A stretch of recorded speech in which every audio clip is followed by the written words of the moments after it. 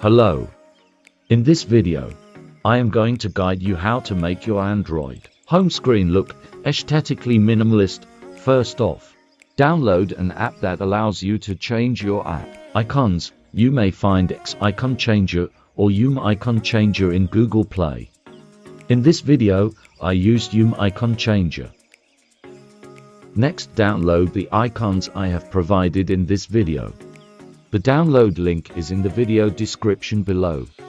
Please read the guidelines on how to download the icons. First, once you have downloaded all the things needed, open the Icon Changer app and select which apps would you like to change icons. In this video, I chose the Message app.